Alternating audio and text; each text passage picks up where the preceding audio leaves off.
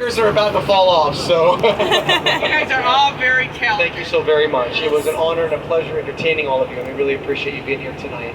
Our grandfather was in Vietnam. He was not on the front. He was in the supply lines in the back. You know, an important job as well. And Catherine's husband was in the Air Force for the last 6 years, and she flew back and forth to see him twice a month up in South Dakota. And he just got home about 6 months ago. So he's readjusting to life, and he's now a Branson police officer. So there you go.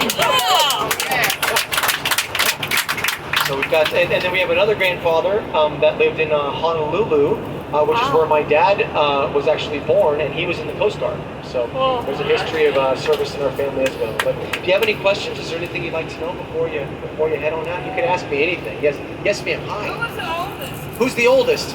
Well, I'm actually the oldest. Do you want to guess how old you think I am? About 35. 35? Well, I appreciate the compliment. 40. Yeah. I'm 44 years old. Yeah. And Catherine is the youngest in our family. She's 29 years old. And if you're watching her carefully, she plays twice as many instruments, well, 3 times as many instruments as anybody up there. But my favorite part of the show is the surprise when she brings out the harp. It's just beautiful, you know. And she's been playing it since she was a little kid. So, yes, sir. How many of you are classically trained? We are all classically trained musicians. We act like hillbillies in the show, but we all started on classical violin, not fiddling music. But there was a classical violinist who taught us, who lived here in Branson, and then we transitioned over to fiddling and stuff later. But that gave us the technique, you know, to be able to play really well. Catherine was trained by a classical harpist who worked in the St. Louis Symphony for many years and retired. And she taught her since she was just a child, you know. And she recently went to heaven about a year ago, but she taught Catherine her entire career. So she's a very special lady. So I'm surprised you're able to pinpoint that. Most people don't catch that. So Actually, I caught Pam Tillis in a concert. Yep. Her fiddler was going for her master's in 2 weeks. Pam Tillis' fiddler was going for her. I think I know the guy. Yeah.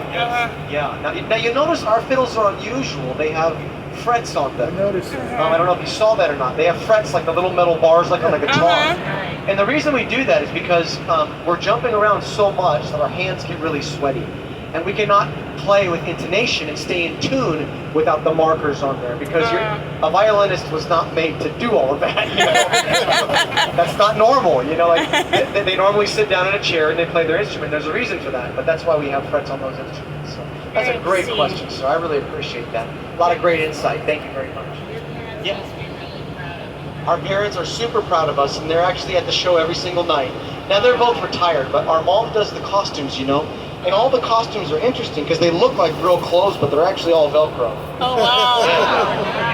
Yeah, and then we have these underneath here that have all the electronics in it, so we can hear everything up there.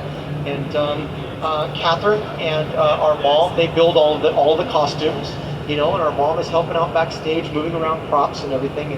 And our dad, you know, he kind of just does what he wants, but he helps us out with the merchandise every night. He's a real proud papa, you know. He does not have any history of music in his family. He just worked all the jobs to pay for all the lessons in the beginning, before this was profitable. You know, it took a lot of time to build this. You know, because we don't have hits on the radio. We're just a family from the backwoods of Arkansas.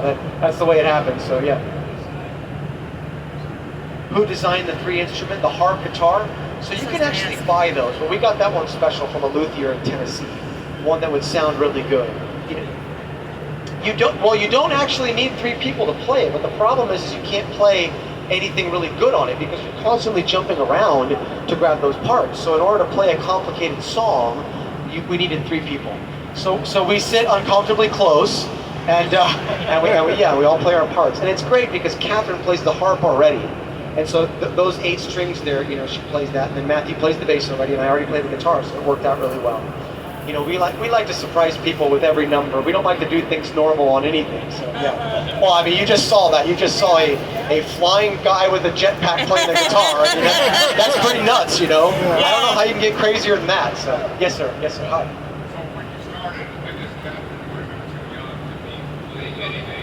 You're right. She was a year old when we first started. Yeah.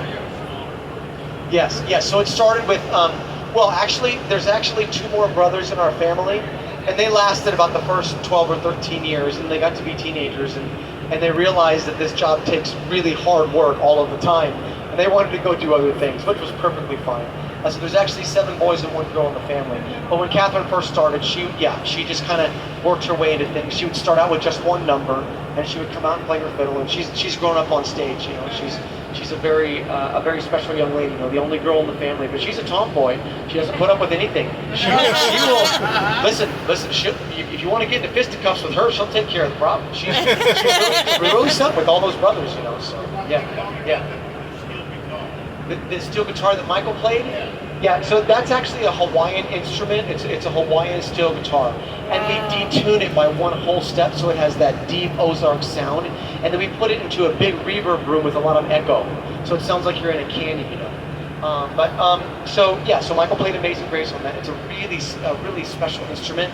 But in order to get, it's exactly like a dobro, except it's shaped differently and it has kind of a deeper sound. And then we tune it down really deep. We tune it down real deep so you can get that backwoods kind of sound with it. You know? That's what makes it sound special. So other than that, it's basically a standard dobro. But you know, yeah. Is there another generation of Haygoods coming along? Well, we have 9 grandchildren so far. They're all in music lessons, but they're kind of more normal kids. You know, I don't know how else to say it, but yeah, they're in normal school. When they get to be teenagers, if they are gifted and they want to join us and they feel it's on their heart and it's their passion. We would certainly welcome that. That would be very special. We would enjoy that a lot. They're young kids, though. I mean, the oldest in the family is probably 8 years old now. You know, they're just little kids. So, yeah. God love your mom. Any girls? Yes, yeah. 3 girls, yeah. And the rest are all boys. So yeah, yes, sir. Do we get along well? Well,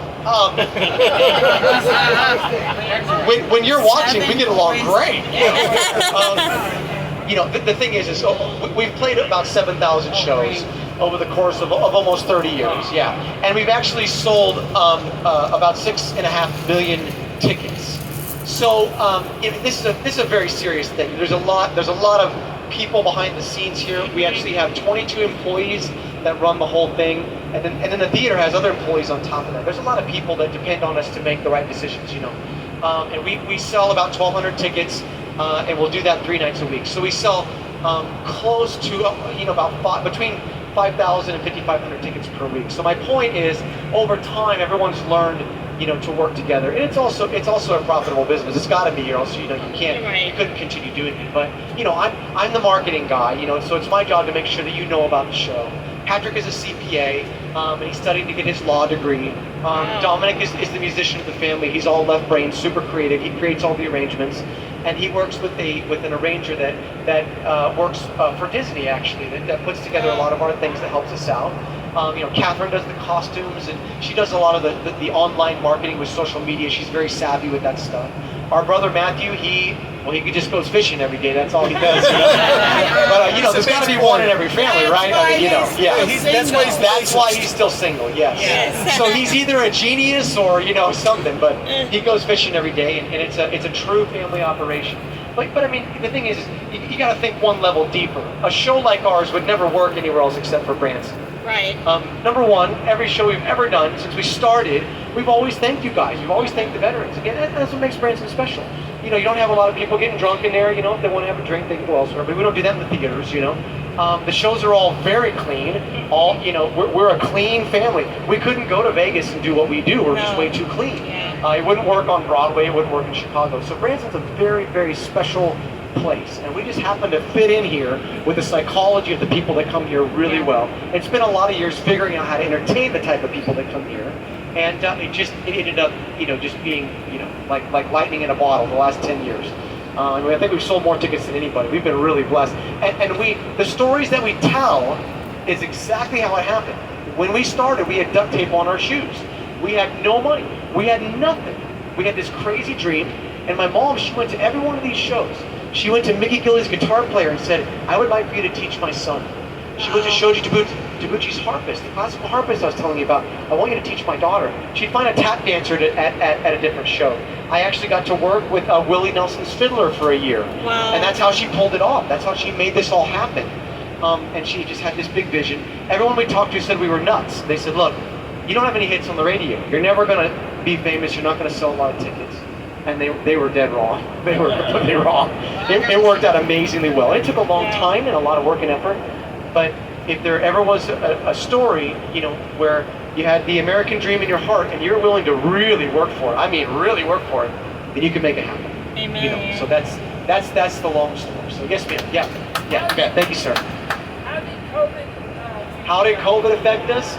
Well, it was a huge problem. It was a huge problem. We were shut down for 90 days. We were the first theater in Branson to close because we felt a moral responsibility. Back then, there wasn't enough known about this thing. Nobody really knew what was going on. We closed for 3 months. And when we reopened, everyone was spaced out in the theater with 6 to 10 feet between them. So for months, we played for a maximum of 300 people.